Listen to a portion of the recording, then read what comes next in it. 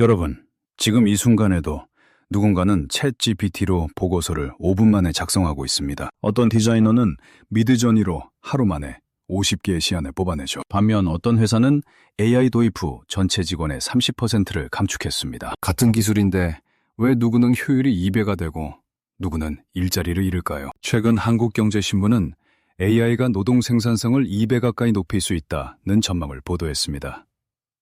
하지만 생산성이 2배가 된다는 건 내 월급이 2배가 된다는 뜻이 아닙니다. 오히려 누가 필요하고 누가 필요 없는지를 가르는 기준선이 바뀐다는 의미죠. 오늘은 AI 생산성 혁명이 내 일과 돈에 어떤 변화를 만드는지 쉽게 정리해서 알려드리겠습니다. 먼저 생산성이 2배라는 말이 정확히 무엇을 의미하는지부터 이해해야 합니다. 노동 생산성이란 노동자 1명이 1시간 동안 만들어내는 가치를 말합니다. 예를 들어 과거에 보고서 하나 작성하는데 8시간이 걸렸다면 이제 AI를 활용하면 4시간이면 됩니다. 같은 시간에 2배 일을 할 수 있다는 건 기업 입장에서는 같은 비용으로 2배의 성과를 얻는다는 뜻이죠. 그럼 여기서 질문이 생깁니다.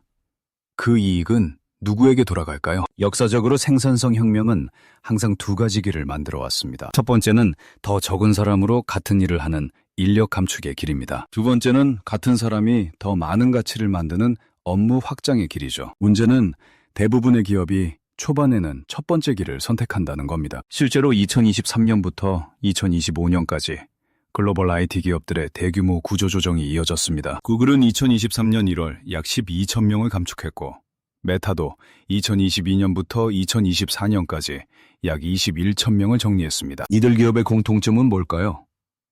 AI와 자동화 투자를 동시에 확대했다는 점입니다. 그렇다고 모든 기업이 인력을 줄이기만 한 건 아닙니다.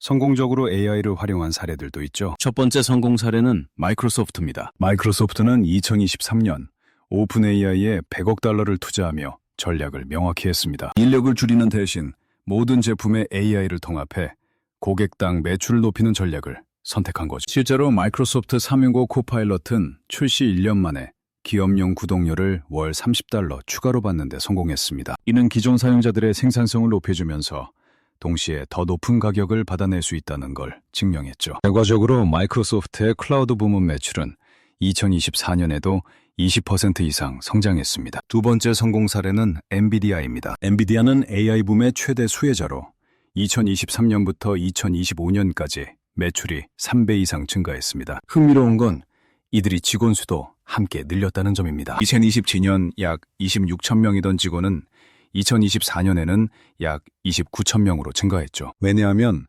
AI 칩 수요가 폭발하면서 설계, 생산, 고객 지원, 모든 분야에서 인력이 더 필요했기 때문입니다. 엔비디아는 AI로 생산성을 높이되 그 생산성을 더 많은 시장 공략에 투자한 겁니다. 세 번째 성공 사례는 좀 더 작은 규모의 스타트업, 제스퍼 AI입니다. 제스퍼는 AI 기반 마케팅 콘텐츠 작성 도구로 2021년 창업 후 2년 만에 기업 가치 15억 달러를 달성했습니다. 이 회사의 전략은 명확했습니다.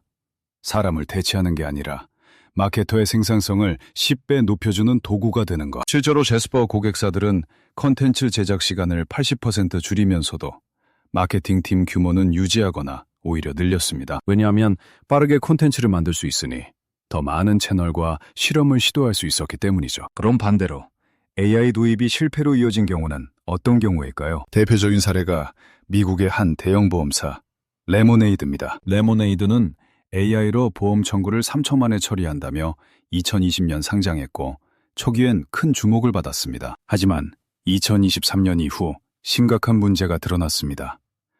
AI가 부정확한 보험금을 승인하는 사례가 급증한 겁니다. 결국 실제 보험금 지급률이 예상보다 훨씬 높아지면서 회사는 적자 폭이 확대됐죠. 이 사례가 주는 교훈은 명확합니다. AI는 속도를 높여주지만 정확도와 판단력까지 보장하지는 않는다는 것. 레모네이드는 결국 2024년부터 인간 심사자를 다시 고용하기 시작했고 비용 구조가 악화됐습니다. 이 사례는 AI 도입이 무조건 성공을 보장하는 게 아니라는 걸 보여줍니다. 그렇다면 이 모든 사례를 관통하는 핵심 변수는 무엇일까요? 첫 번째 변수는 AI를 비용 절감 도구로 보느냐, 매출 확대 도구로 보느냐입니다. 앞서 본 구글과 메타는 주로 비용 절감에 초점을 맞췄고 마이크로소프트와 엔비디아는 매출 확대를 선택했죠. 개인 입장에서 이 차이는 엄청납니다. 비용 절감 중심 기업에서는 대체될 위험이 크지만 매출 확대 중심 기업에서는 기회가 더 많으니까요. 두 번째 변수는 반복 작업 중심이냐, 판단 작업 중심이냐입니다. AI는 반복 작업에서 압도적으로 강합니다. 데이터 입력, 문서 작성, 이미지 분류 같은 업무 말이죠. 하지만 복잡한 상황 판단, 윤리적 결정, 예외 상황 대응은 여전히 사람이 필요합니다. 레모네이드 사례가 바로 이걸 보여줍니다. 보험금 승인은 단순 반복이 아니라 맥락 판단이 필요한 일이었던 거죠. 그래서 여러분이 지금 하는 일이 반복에 가까운지, 판단에 가까운지 점검해 볼 필요가 있습니다. 세 번째 변수는 AI를 얼마나 빨리 학습하고 활용할 수 있느냐입니다. 같은 회사 안에서도 AI를 잘 쓰는 직원과 못 쓰는 직원의 성과 격차가 2~3배까지 벌어지고 있습니다. 맥킨지 보고서에 따르면 AI 도구를 적극 활용하는 직원은 그렇지 않은 직원보다 연간 40% 더 많은 프로젝트를 완수한다고 합니다. 이는 단순히 도구 문제가 아니라 학습 속도와 적응력의 문제입니다. 그럼 이제 가장 중요한 질문으로 넘어가겠습니다. 개인은 이 흐름에서 어떻게 대응해야 할까요? 먼저, 내가 속한 산업과 직무가 어느 쪽에 가까운지 냉정하게 평가해야 합니다. 콜센터 상담, 단순 번역, 데이터 입력, 기초 디자인 같은 분야는 이미 AI 대체가 빠르게 진행 중입니다. 반면 전략 기획, 복잡한 협상, 위기관리, 창의적 기획 같은 영역은 당분간 사람의 영역으로 남을 가능성이 큽니다. 두 번째로, 지금 당장 AI 도구 사용을 일상화해야 합니다. 챗GPT로 회의록 정리하기, 미드저니로 프레젠테이션 이미지 만들기, 노션 AI로 업무 자동화하기. 이런 작은 습관이 쌓이면 1년 후 여러분의 업무 효율은 동료들과 확연히 달라집니다. 세 번째는 AI가 못하는 영역을 의도적으로 키우는 겁니다. 대면 소통 능력, 복잡한 이해관계 조정, 장기 전략 수립, 팀 동기부여 같은 스킬이죠. AI는 여러분이 이런 일에 집중할 수 있도록 잡무를 처리해주는 보조도구가 되어야 합니다. 네 번째는 투자 관점입니다.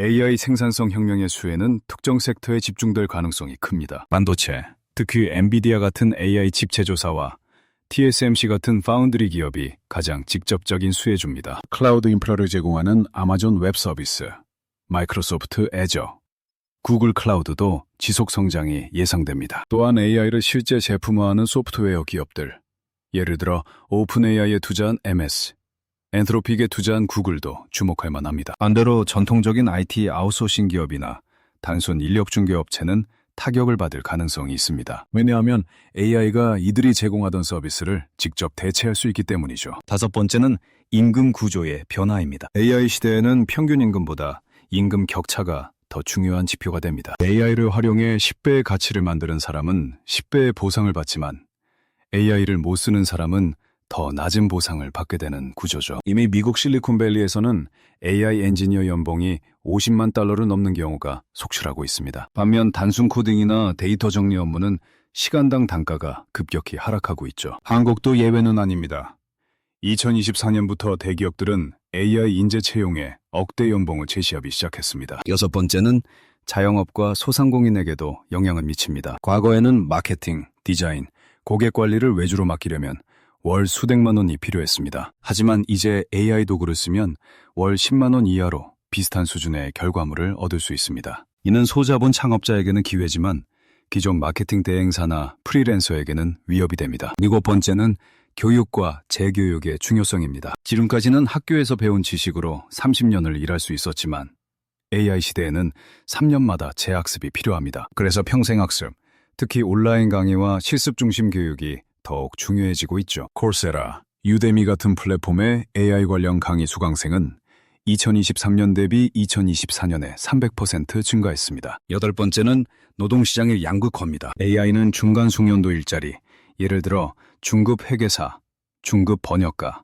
중급 디자이너 같은 직업을 가장 먼저 위협합니다. 반면 최고급 전문가나 최저임금 육체노동은 상대적으로 안전합니다. 왜냐하면 최고급 전문가는 AI가 대체할 수 없는 판단력을 가지고 있고 육체노동은 아직 로봇 비용이 더 비싸기 때문입니다. 그래서 중간층에 속한 분들이 가장 전략적으로 움직여야 하는 시점입니다. 아홉 번째는 기업의 채용 전략 변화입니다. 2025년 이후 주요 기업들은 인원수보다 1인당 생산성을 더 중요하게 봅니다. 그래서 채용 공고에는 AI 도구 활용 능력, 챗GPT 프롬프트 작성 경험 같은 항목이 늘어나고 있습니다. 이는 단순히 기술 스킬이 아니라 새로운 도구를 빠르게 학습하고 적용하는 태도를 평가하는 겁니다. 마지막으로 가장 중요한 관점 하나를 말씀드리겠습니다. AI 생산성 혁명의 핵심은 AI 그 자체가 아니라 AI를 어떻게 쓰느냐입니다. 엑셀이 등장했을 때도 누군가는 단순 계산기로만 썼고 누군가는 데이터 분석 도구로 활용했습니다. AI도 마찬가지입니다.